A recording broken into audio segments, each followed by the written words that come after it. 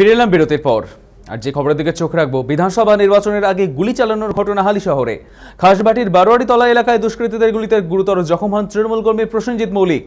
জানা গিয়েছে তাকে লক্ষ্য করে পরপর 3 রাউন্ড গুলি চালায় দুষ্কৃতীরা। তার মধ্যে 2টি গুলি লক্ষ্যভ্রষ্ট হলেও একটি গুলি সোজা তার পেটে লাগে। এরপর রক্তাক্ত অবস্থায় তাকে উদ্ধার করে নিয়ে যাওয়া হয় কল্যাণী JNM হাসপাতালে। এই ঘটনার পর এলাকায় তীব্র চাঞ্চল্য ছড়িয়েছে। এমনকি খবর পেয়ে দ্রুত ঘটনাস্থলে পৌঁছায় পুলিশ। অন্যদিকে আহত কর্মীর খোঁজ নিতে হাসপাতালে পৌঁছন তৃণমূল প্রার্থী সুবোধ অধিকারী এবং হালি শহরের চেয়ারম্যান শুভঙ্কর ঘোষ। কে বা কারা এই হামলার পেছনে রয়েছে ইতিমধ্যেই তা নিয়ে শুরু হয়েছে তদন্ত প্রক্রিয়া।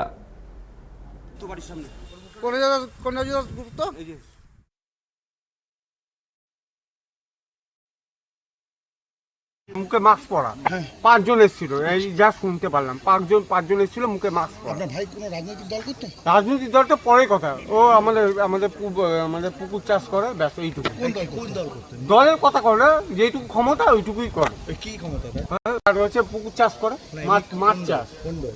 কোনো দল ফল বলতে পারবো না, কিন্তু পুকুর চাষ করে না। কোনো সমর্থন আমরা খেটে খাওয়া মানুষ, হুকুম চার জুট মিলে কাজ করি।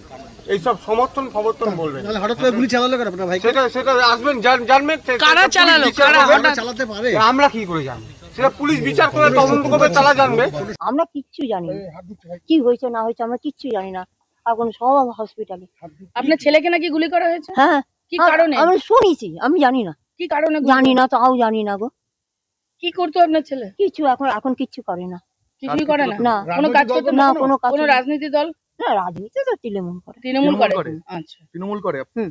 তাহলে মারলো কারা? কি করে জানেন? জানবো, সব মুখে মাস্ক পরা। কজন এসেছিল?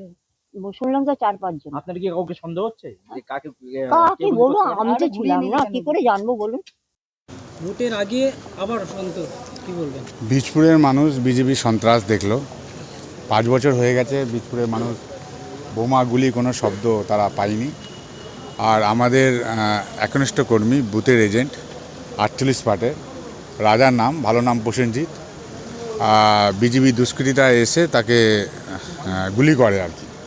এটা একটা বাতাবরণ তৈরি করার চেষ্টা করেছে, সন্ত্রাসের বাতাবরণ করেছে। কারণ বিজেপি বীজপুরের মানুষ শান্তির পক্ষে, সেটা ওরা জানে।